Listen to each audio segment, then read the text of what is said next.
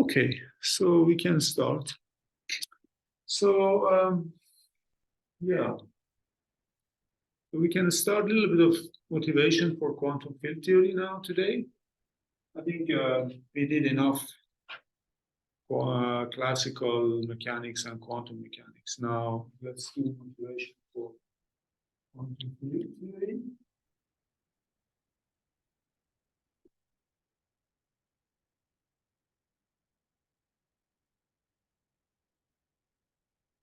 The first motivation is that eventually you want to combine special relativity with quantum mechanics in order to have a more realistic theory. So SR plus quantum mechanics. But when you are in that situation, there is something very interesting happens. The theory predicts that particles will be created and annihilated. So from here you get particle creation and annihilation.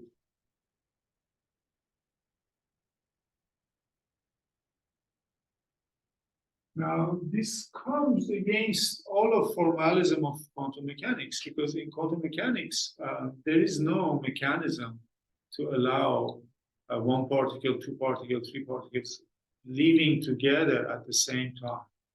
You either have a system with one particle, system with two particles, system with infinite number of particles, even is possible in some sense.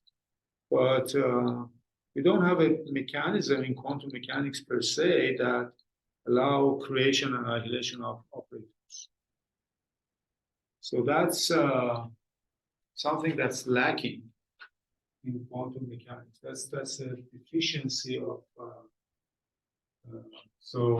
This implies that QM is deficient to describe these sort of situations.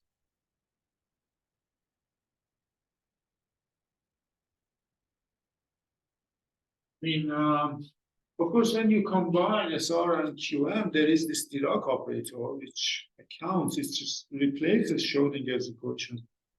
But this Dirac theory also is not a complete theory. I mean, it's just an intermediate theory. It's not really. Okay, so now the second thing is that, well, beyond particles, classically beyond particles, we know that fields also exist. Even classically, beyond particles,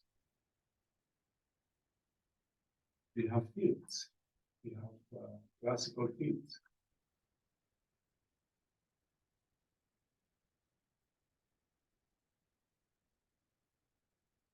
So these classical fields could be, for example, like electromagnetic field.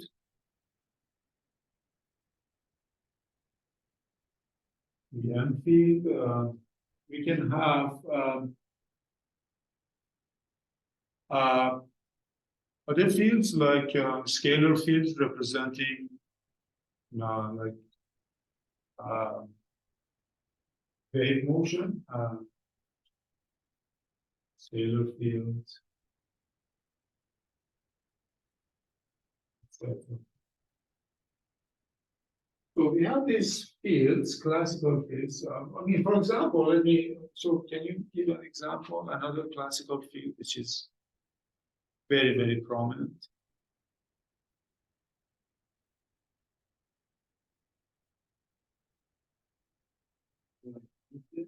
Any field, which is very relevant in physics.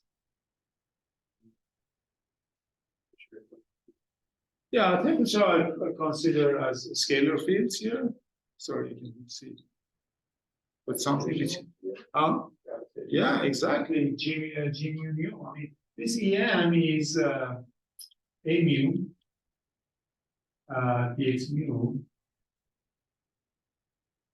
But as you said, I mean, we have gravitational field. D mu nu. metric is a field, is the dynamical variable for classical theory of gravity. So we have G mu nu, we have A nu, we have phi scalar fields, and we have all these classical fields. And you want to quantize them as the way that we quantize the particle, right? So the question is how to quantize these.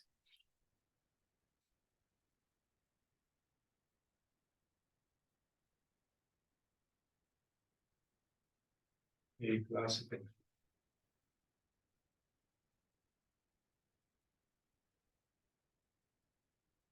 So in the case of a particle, like electron, for example, or any elementary particle, we write Schrodinger equation for, we said that in quantum mechanics, that particle is convenient to represent it by a wave function.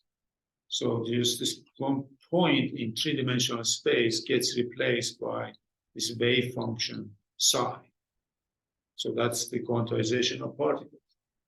Now, the question is, how can we do something like this for classical physics? Okay, so let me now, before moving into this question of how to quantize a classical field, let me get a little more mathematical and define exactly what we mean by fields. So by classical field,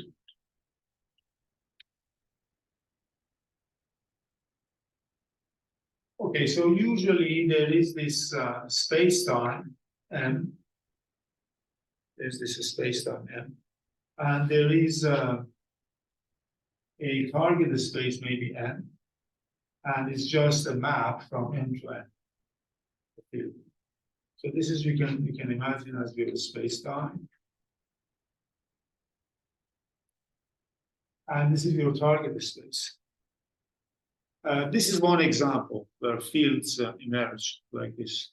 For example, in the case of a scalar fields, I mean, n is equal to r c for real or complex scalar field.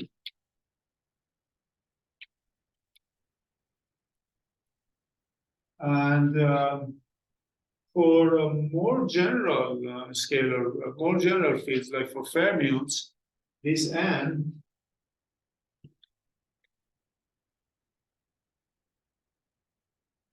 is equal to V is a vector space that belongs to representation of some compact Lie group. Belongs to representations of G. G is this compact Lie group.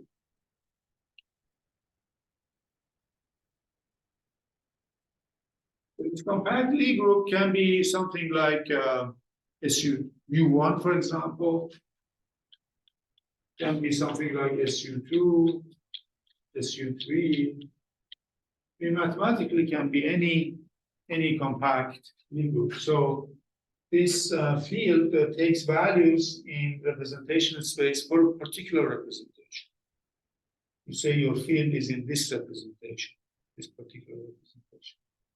The classical picture. This is the classical, yeah. We are describing the classical setting and then we quantize, hopefully. Okay, so these things, okay, I mean, especially because now we have this group G and this, we can say there exists, I mean, if you want to get a little fancy, you can, and you imagine there is a vector bundle over M. And your field, your field is a section of this bundle. So this is like a G bundle. And your field phi that belongs to sections of this G bundle. This is a picture that's useful. And we call such fields matter fields. These are matter fields.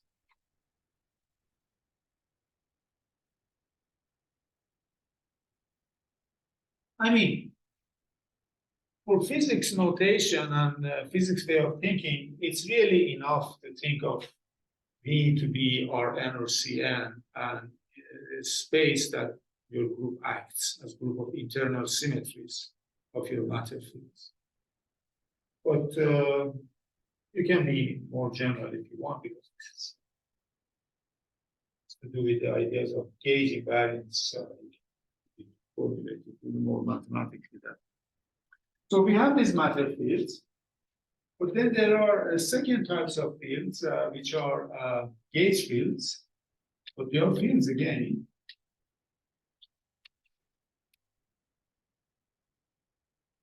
So what is a gauge field? So we have this group G here. So let us assume you have this, let's denote its Lie algebra by G to be Lie of capital G. So this is the Lie algebra of Lie group G. So what is matter field for this gauge group or internal symmetry groups? So matter field is simply the algebra valued one form. Okay. So let me here now. I mean a gauge field. Sorry, I said matter field maybe, but that was a mistake. A gauge field, usually denoted by A mu, X mu, and capital A. So what is this? This is the Lie algebra valued one form.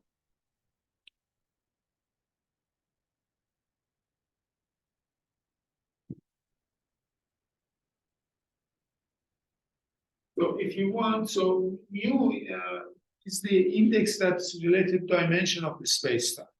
So if you have, for example, your four-dimensional spacetime, mu goes from 0, 1, 2, 3. You have four indices. And these are these dx mu's are differentials over the spacetime, and a mu belongs to the Lie algebra. Electromagnetic field would be gauge field. So EM field, yes, is a gauge field. And so let me give you, in fact, in this case, e.g. for EM field, first of all, G is U1.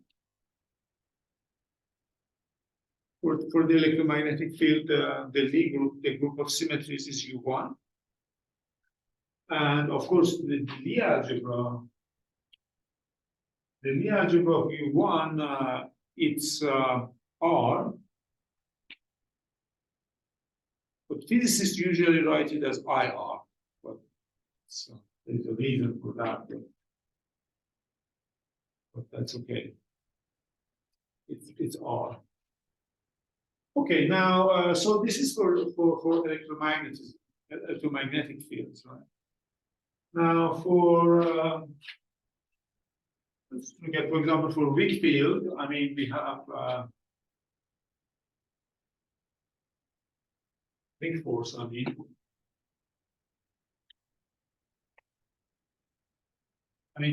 You can say, so what they say is that, okay, so let me just say for weak force, D is equal to SU2 and G equal to SU2. So this has dimension 3. This G has dimension 3.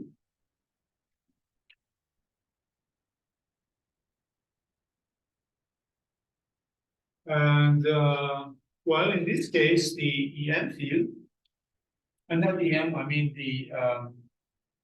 the gauge field in this case,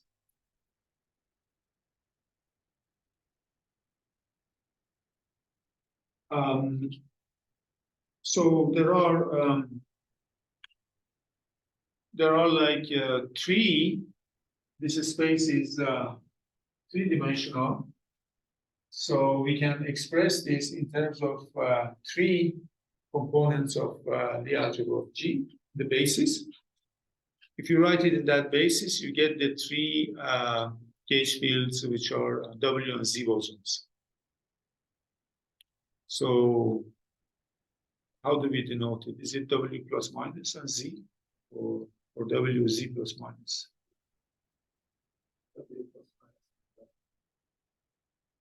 There are like these 3 gauge fields for weak force. So they are the carriers of the weak force.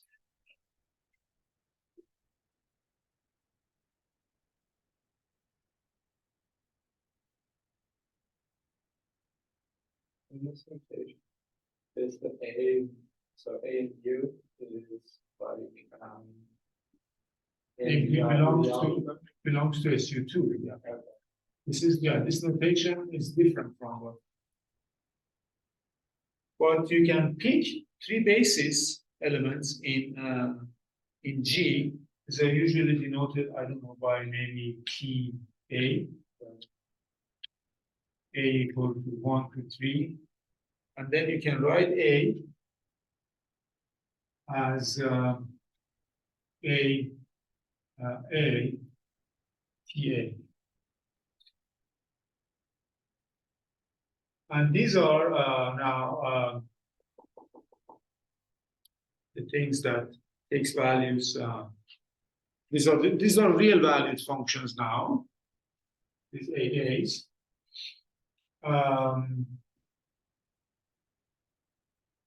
And then we need mu here also. Right, okay, that's what Yes, exactly. So, and then there is this dx. Okay, so I should put this here then. This here, this mu here. That's better. So A is equal to 1, 2, 3. Again, mu is equal to 0.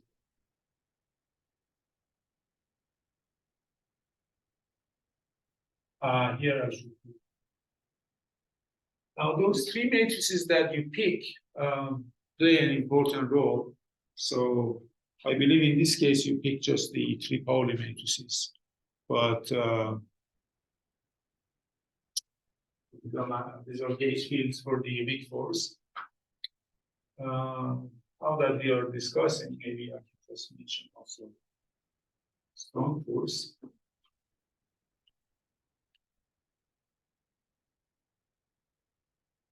In that case, G is equal to SQ3, and G is equal to SQ3.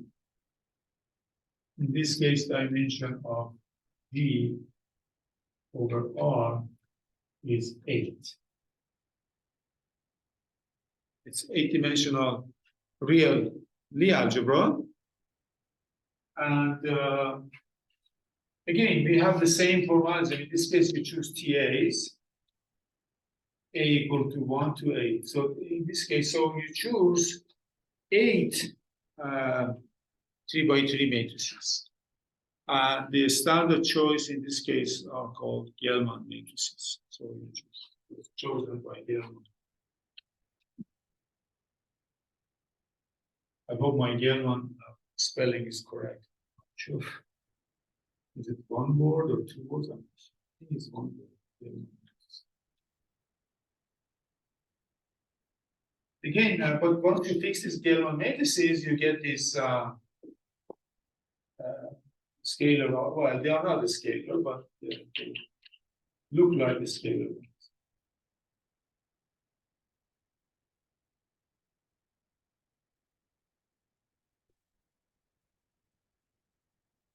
This TAs. Anyhow, so I think about thinking about fields would be good to have this picture in mind. You have scalar fields, the simplest ones, could be either real or complex. Like Klein-Gordon field, for example, is one of those. You can have matter fields that represent particles in elementary particle theory. And you can also have these gauge fields, which are the algebra value forms. And the gauge fields are carriers of force. They allow you to write down interactions between different particles through the exchange of force. But that's, we don't get it to that right now. We don't want to discuss it now. I think, yeah, just one mathematical comment is that this gauge field is really just a connection matrix. Connection in the sense of differential geometry.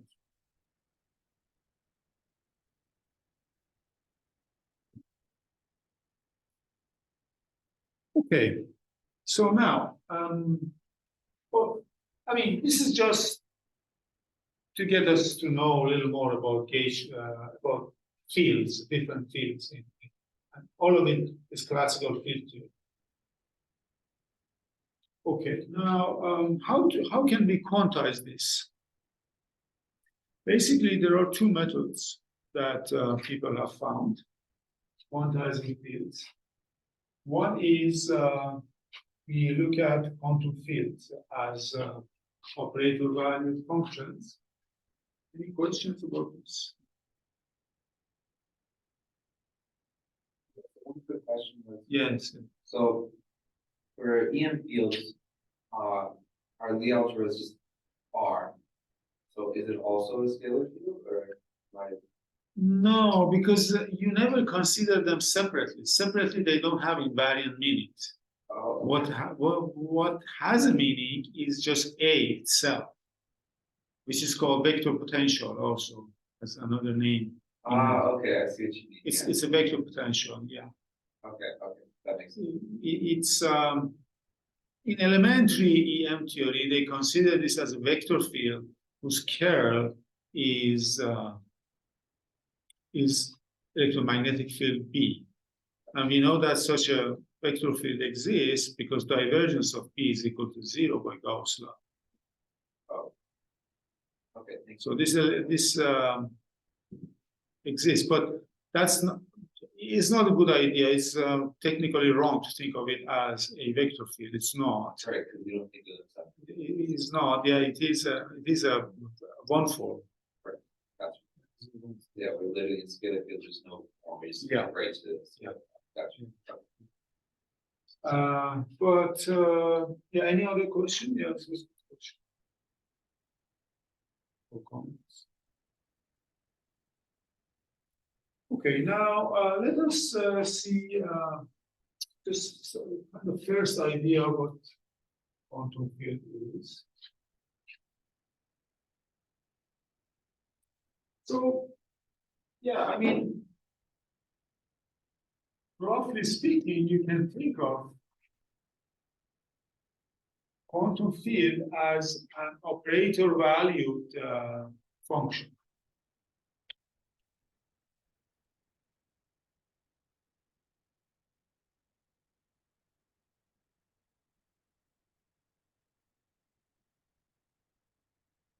I put function in quotation mark because we're going to replace it soon.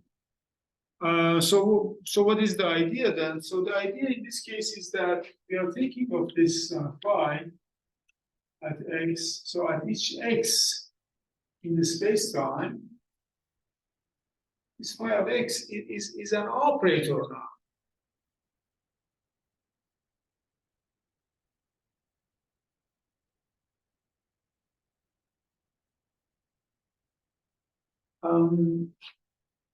The way that we were thinking of, yeah, I mean, so at each point in the space-time, so there is some Hilbert space over this point. This is an operator, perhaps unbounded operator. That's the kind of first rough, very rough picture of quantum field. And the idea now is that a function is not good enough. At least we should think of it as a distribution. So this we can replace by distribution.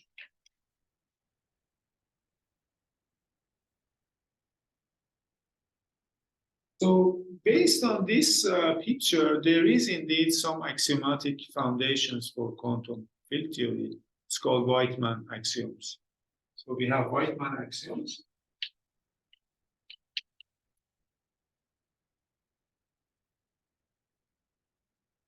Axiom for T. I mean, I don't want to get into the axioms, but I'll just tell you the setting. For the axioms, there exists a Hilbert space H, and which belongs to representation of the Lorentz group, unitary representations of the Lorentz group. Unitary of Lorentz group lambda. So that, in other words, Lorentz group acts on the Hilbert space. And then there are some axioms. So these axioms tries to tell you what quantum vector is, but they are all based on this idea that quantum field is an operator value distribution. Can never be a function because, because when you write commutation relations in this quantum field theory pictures, on the right-hand side, like Heisenberg commutation relations, there's going to be some delta functions. And so commutators of two usual functions, operator value function, can never be delta function. So you have to allow yourself distributions, but then there is a problem that you cannot multiply distributions. So that really gets you into some difficult area, but there is a way to work with this. Okay, so there's also, I should say, maybe a little bit of constructive.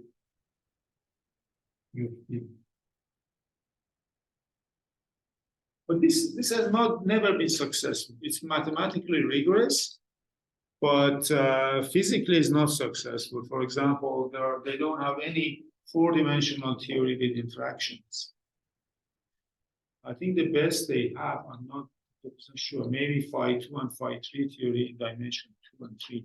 They have it, but nothing like in dimension 4. Maybe they have free theory in dimension 4 that works, but again, basically it's not very successful. What was successful, again, based on this idea of fields, is the canonical quantization.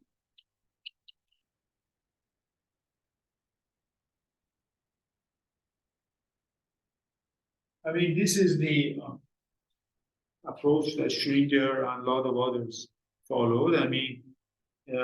Mathematically is not rigorous, but it gives you results. It gives you results, and it led into QED. For example, by Schringer and others, it works. You can predict mass of the electron. You can predict the lamp shift. You can predict a lot of things that people have measured or will measure in experiments. So that's very. Okay, so this is one, this is two. Now the third one that we will try to follow, is Feynman's path integral approach.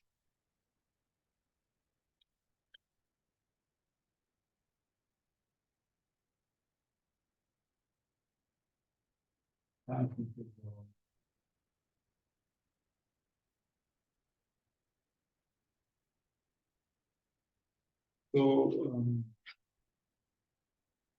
because it's here that we get these nice formulas for expansion of integrals, as in exponential integrals and things like that. So, okay, so what is that?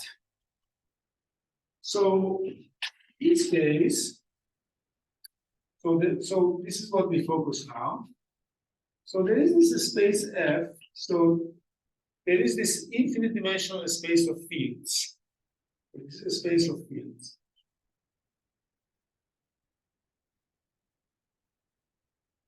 Now, as I said, so we are assuming that our space-time is fixed, the background is fixed. But then then you can define your space of fields. So let me say classical fields. So we denote it by some generic notation phi. This classical field now can be gauge field, can be scalar field, can be matter field, any of these things.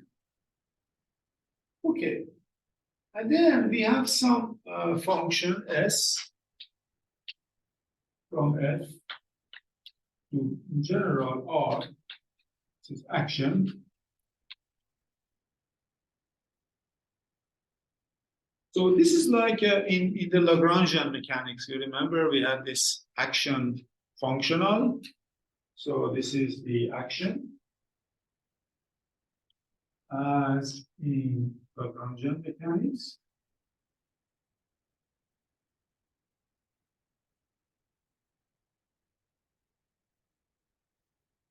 Okay. So, and then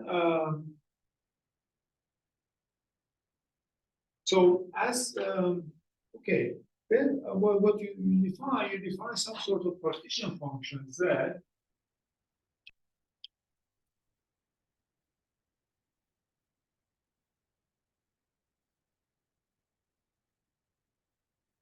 Z equal to integral e to the I over h bar s of phi d phi.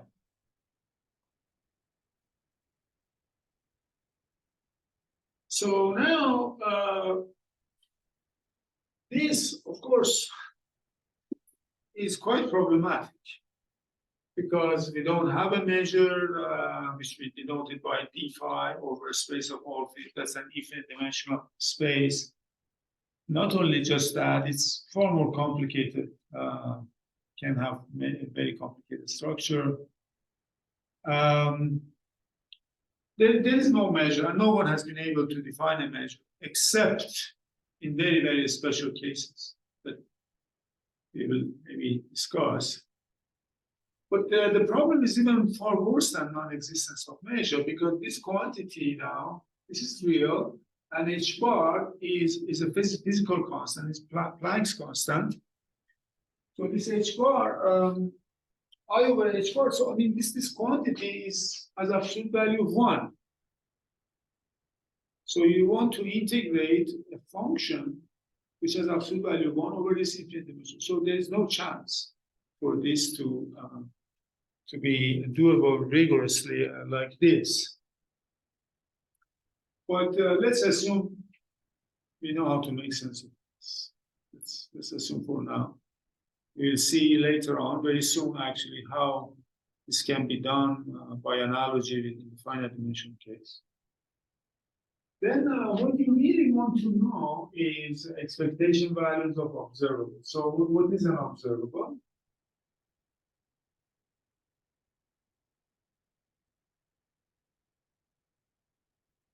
O is a map from a space of fields to R or C. It's a map. So what is observable for any field gives you some real or complex number. And we want to compute expectation values of observable. Well, complex expectation values. It's not in the sense of probability theory, but there is some similarity.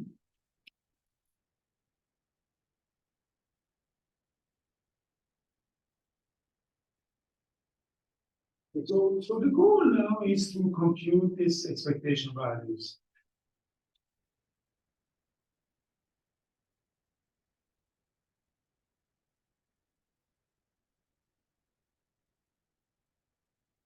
Okay.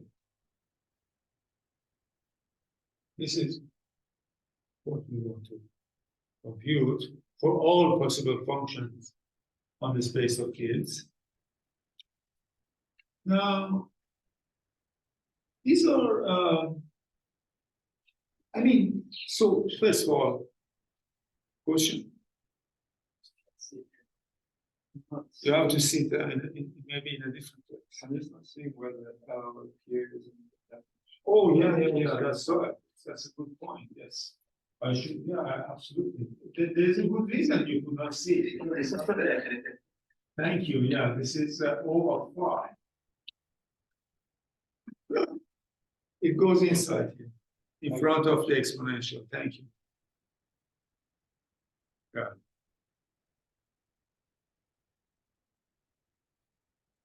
it's like probability theory.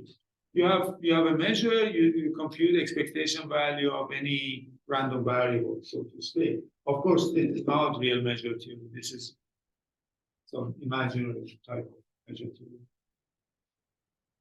So yeah, the idea is that if you can compute all such expectation values, it is like you know the measure. And if you know the measure, theoretically you can compute. So basically knowing the measure is like knowing all expectation values and vice versa, by some general philosophy. Now, usually we are not interested in this because that's too general and we are not interested in such things. It's like to know a function, you want to know its Taylor expansion. So to know these things, it's enough to know these things on products of linear functionals over n. So let me put it like this, then.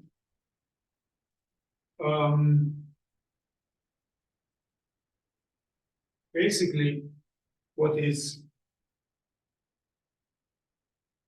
important to know is, suffices to know,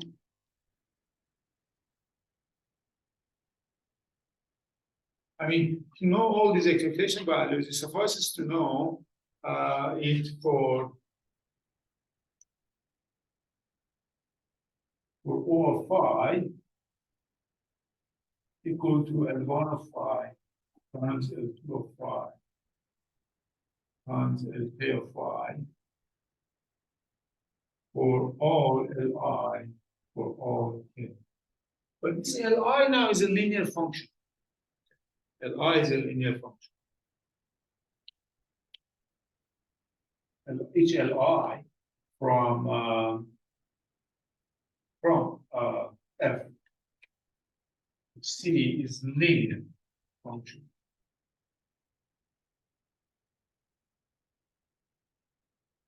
Right? This kind of stands to reason because your function can be written as sums of products of linear functions. I mean, in finite dimensions, this is true. We imagine in infinite dimensions also something like this is true. Now, typical examples of these things is Li of phi equal to phi of xi. Xi belongs to spacetime. I mean, evaluation functionals are usually important than evaluation.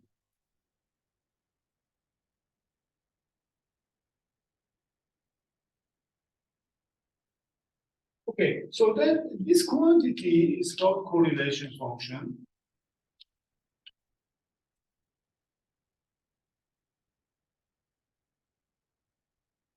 So these are correlation functions.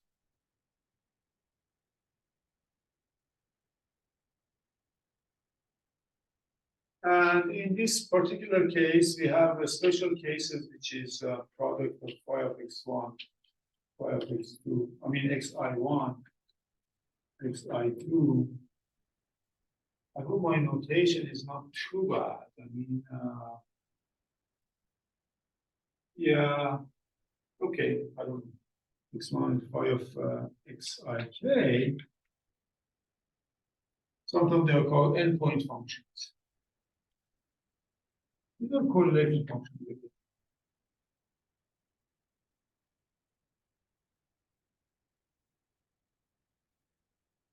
So at the end of the day, we have to compute these quantities. And these are quantities of importance, physical importance. I mean, these are like probability theory, mixed moments. When you have a probability distribution, you know the value of the, you know the really anything about probability distribution by knowing its mixed moments. And this is infinite dimensional generalization of that. So we need to know these things. Okay. So now this integral or this integral as I said, can only be computed by analogy. There is no rigorous computation in general, but there are very nice analogies which allows us to compute these things, which is very powerful actually. That's what they use in physics. Any question?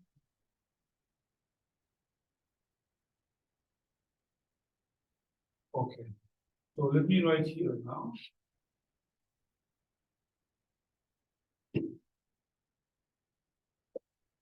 So Z and O and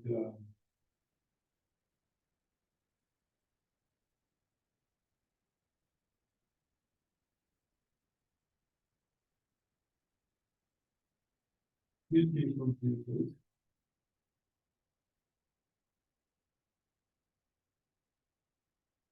by analogy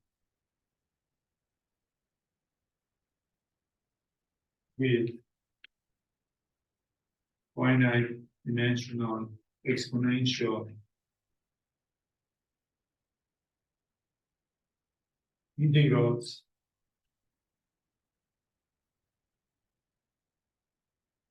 like integral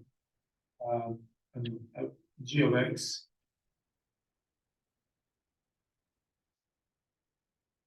e to the I over h bar f of x.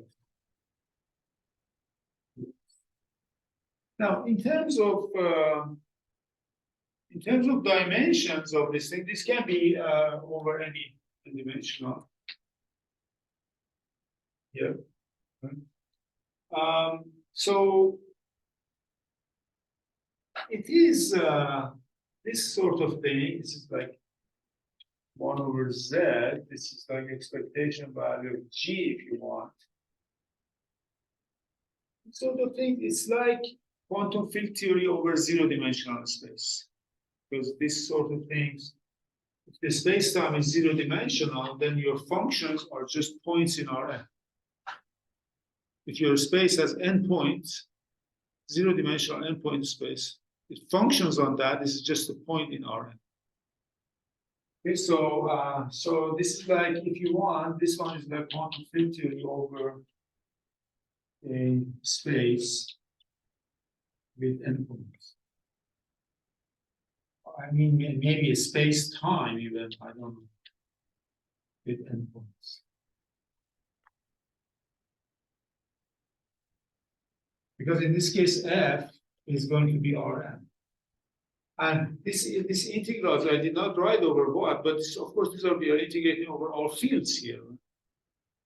And the space of fields in this case is definitely Rn. And a function on field is like a function on Rn, and this is perfectly makes sense. Okay.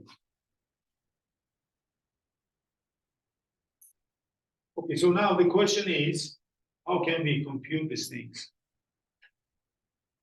This sort of exponential integrals.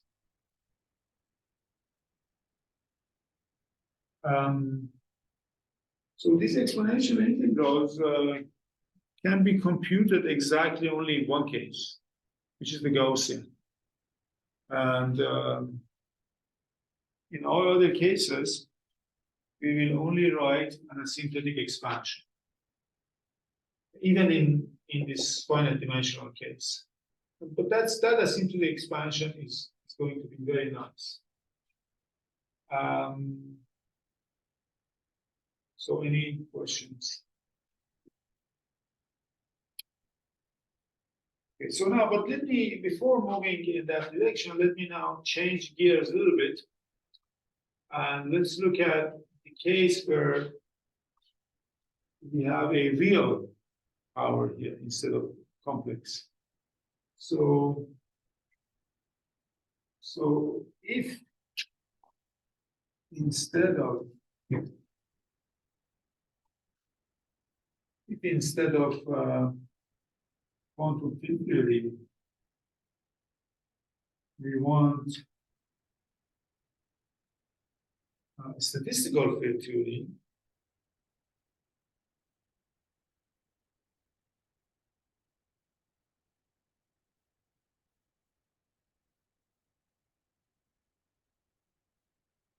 we want to do statistical field theory.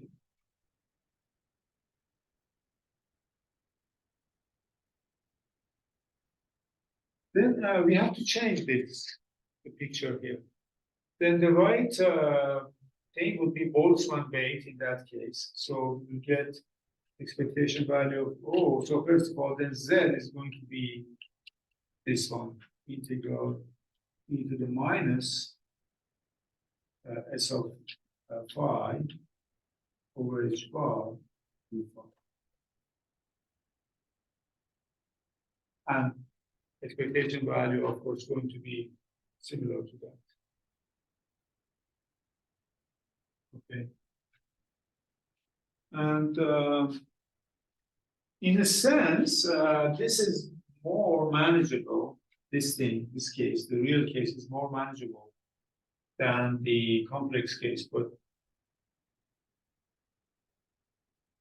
yeah, except in maybe dimension, maybe fields over one-dimensional space.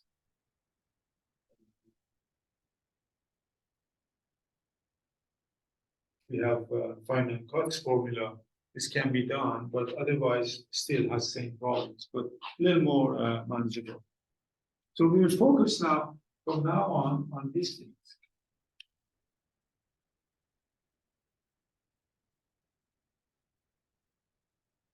Okay. So that's now for that. So now the question now is how we can compute these. So now we get into this discussion, which is sort of asymptotic expansion.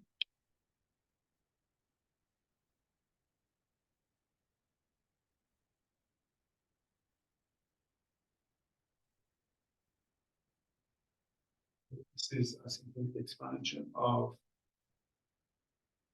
finite dimensional exponential integrals.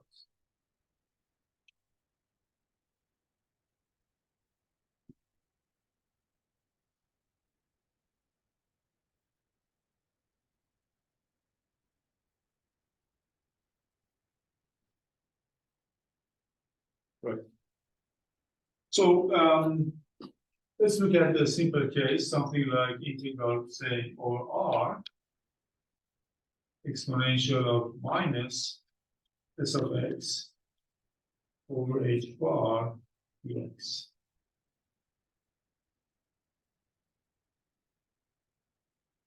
So now this parameter h bar is positive, but we should think of this as a parameter that goes to zero.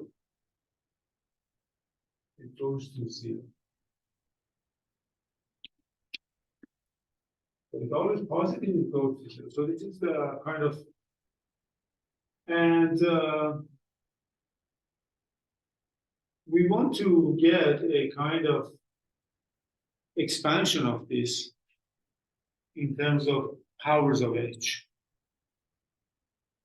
How this can be expanded in powers of h? What powers of h will appear, for example?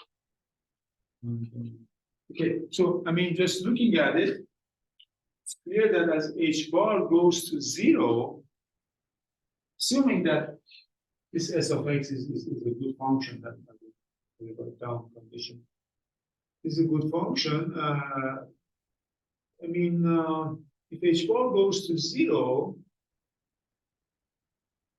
this exponential becomes exceedingly small. So this should go to zero.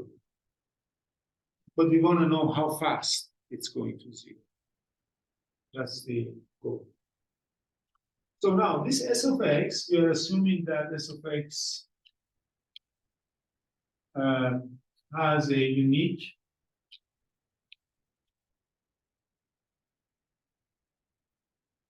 minimum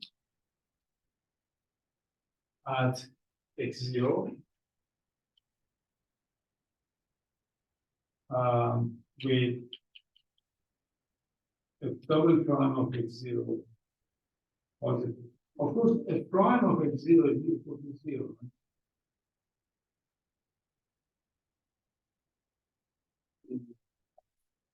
Oh, S. Sorry.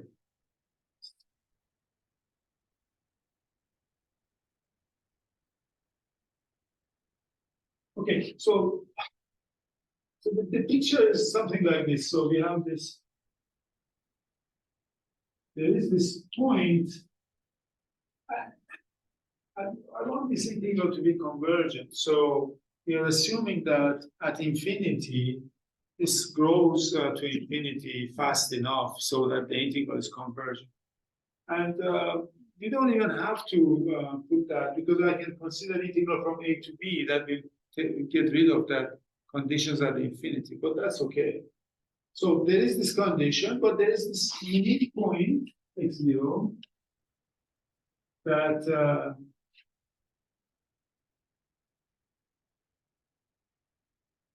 that satisfies this. So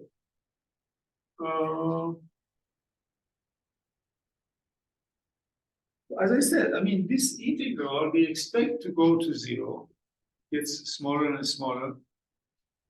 But amazingly, the way that it goes to 0, leading term and all terms of the expansion that we will obtain, only depends on germ of this function around x0 and nothing else. So asymptotically, all these functions s of x, as long as the Stowell prime of x0 is positive and s of x0 is the same for both of them, and they have the same germ,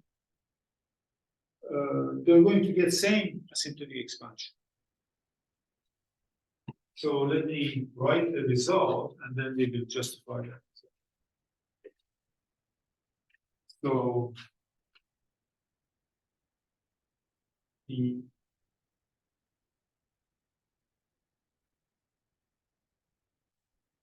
basically the idea is that the asymptotic expansion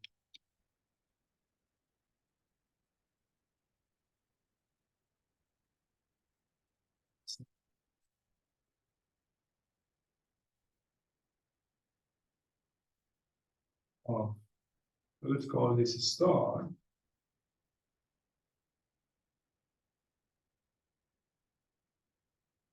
just depends on the germ of S at x0.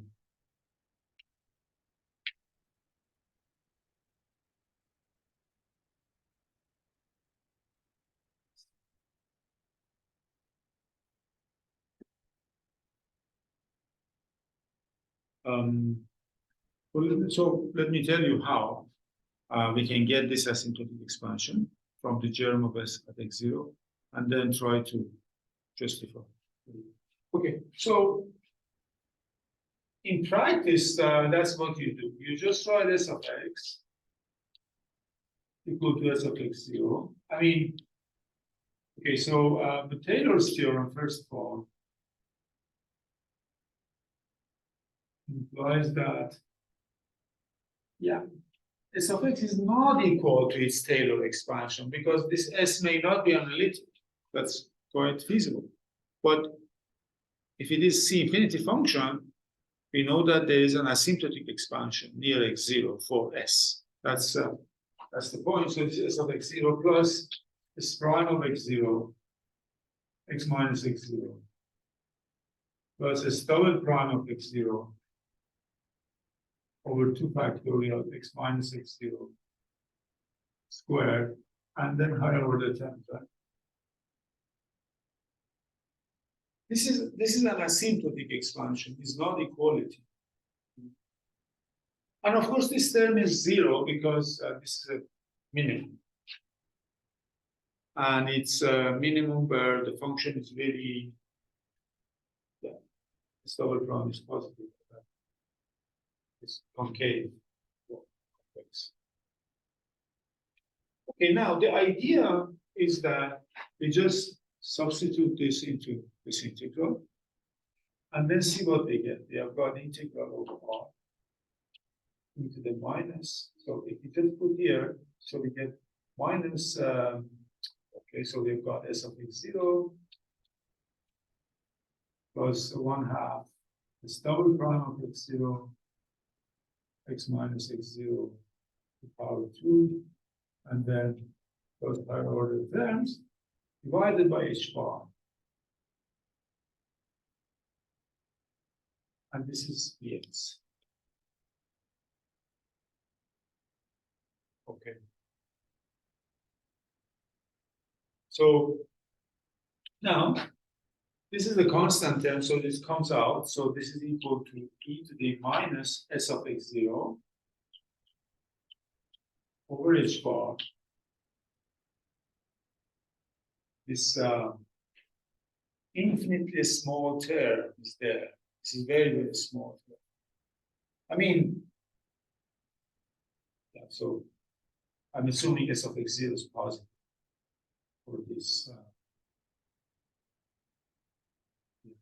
Okay, and then I've got integral over r with the real line, and then we have got exponential of minus 1/2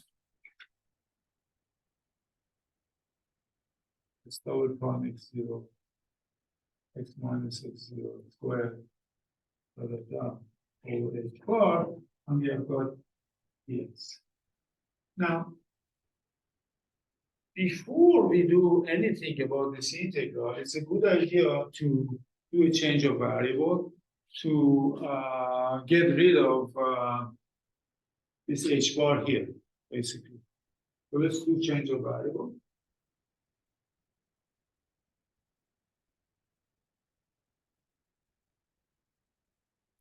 So obviously the change of variables should be something like this. I mean, x minus x0 squared.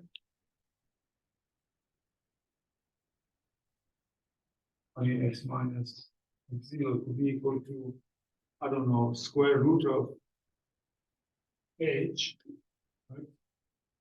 And then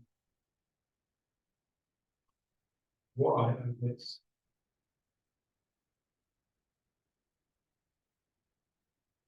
And then we have got dx is equal to the square root of h. Y, I suppose. So what do we get in this case? Then in this case, I've got something like this. So this is equal to e to the minus s of x0 over h bar integral over r exponential of minus 1/2 s double prime of x0, so that minus here. Okay, now x minus x0 squared is going to be h bar y2, and h bar cancel. For the first factor, cancel. So I've got here y squared. Now the other terms,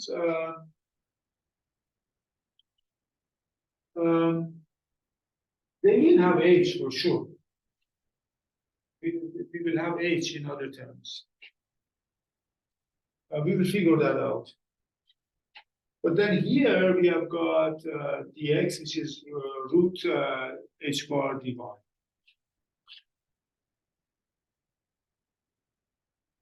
Or 1.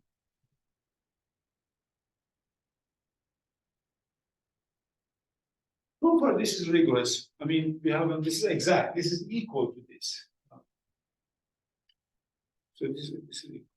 Now the claim is that. So the claim is that if I bring these terms down and change integration and summation, of course, you lose exactness, but you get a correct formula in the asymptotic sense. That's the claim. And that's not a trivial result. It needs a proof, and it's kind of a difficult result. So claim is the following. Then replace summation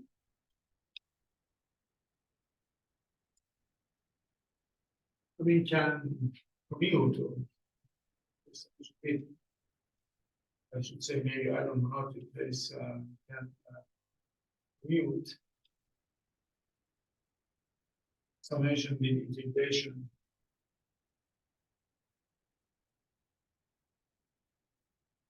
in double star. I mean, here, this is, let's call it, well, the star, yeah, the double star.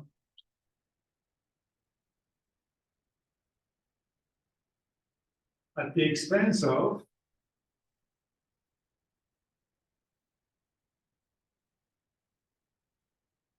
replacing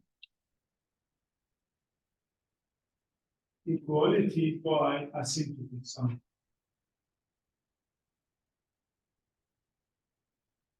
So that's not an obvious statement, and if you want, I can even define what this asymptotic term means, but I guess you know. And it basically means, okay, so let me write the statement, and then we'll see what we need to,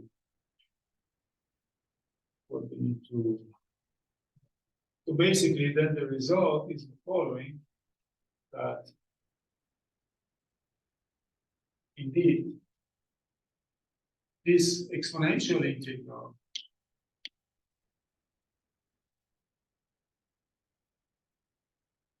dx over r is asymptotic to, well, there is this term which is there, e to the minus s of x0 h over h bar, sorry, and then times root h bar down to this bar, and then times is this integral exponential of minus 1/2 is double prime of x0 y2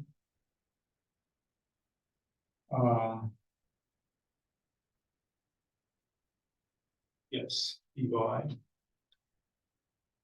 plus. Now the next term has power 3, but that cancels, that's 0. So I start with term of power 4. Next term is going to be term of power 4, because the power 3 term, when it comes down, integration is 0. Okay. But we have to be still very careful with this. So what power of h comes here? You see, the change of variable was x minus x0 equal to root h for dy. Oh, y, sorry. So x minus x0 to power 4 is going to be h2 y4. You see, so these powers of h that come are half of powers of y. Question about the cubic term. So when you draw the cubic term, you have now sums of powers of cubic term. So like at the second sum, wouldn't that be non-negative and a non-trivial term? Because if I have like cubic term squared or 2 factorial, oh, would that contribute? Oh, I see. Although I think it probably works out because the h power will be higher then, since it's squared. So it'll still be like OH bar, which I think is what we need. But yeah, should I Yes, yes, I see what you mean. Yeah, exactly.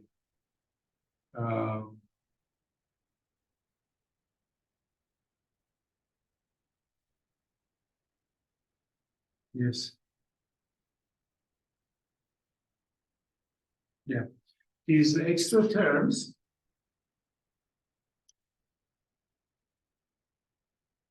Okay.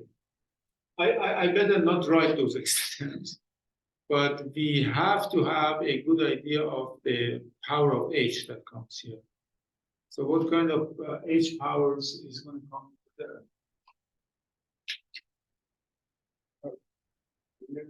There is some factor, but there is some power of h to what? Is it h1 or h2? Let's say H2. Yeah. Yes. No, I think it's two. What is the next one? Oh, because you wanted that one, the 302 will vanish because it's signed. 302 will vanish, but it's double won't vanish. Right. So then 5 comes up, but it comes later on. Or sorry, 3 comes up, but it comes later on. I think the first term that contributes is the one that you have from the fourth. Yeah. So I think h squared is the first one, and I think all the others are higher. Yeah, I agree with 302 won't happen. There will just be zero anyway. Yeah, It's at least a positive connotation. yeah. Yeah. That's I'm pretty sure it's engaged.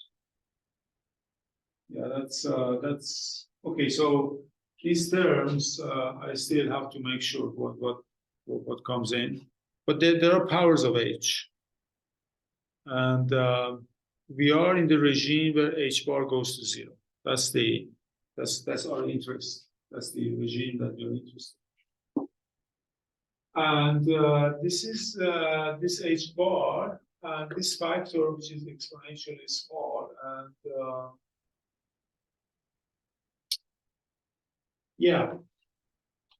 But if we believe in this theorem, which is not a trivial theorem, if you believe in this asymptotic expansion, then all you have to do, you just have to take the Taylor expansion of this function at x0.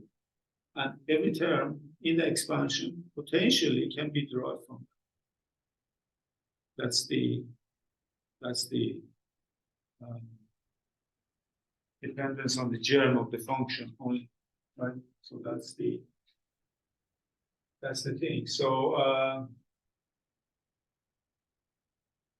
now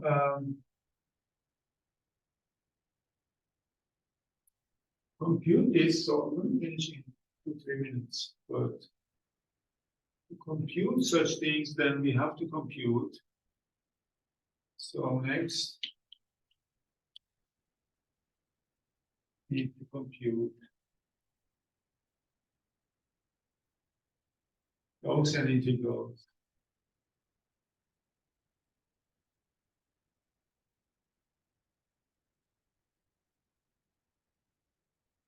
Of this form, integral x n e to the minus 1/2 a x squared dx over r, and higher dimensional analytes.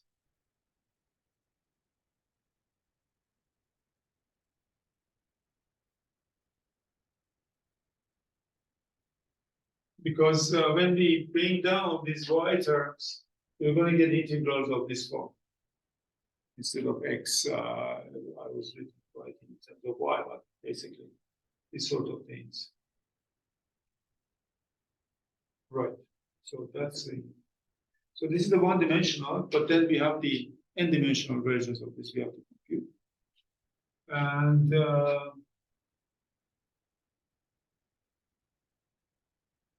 yes. The interesting, so second interesting fact is that to compute these terms,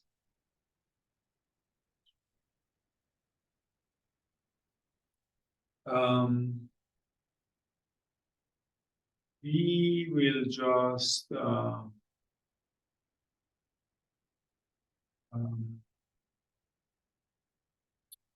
how to say this,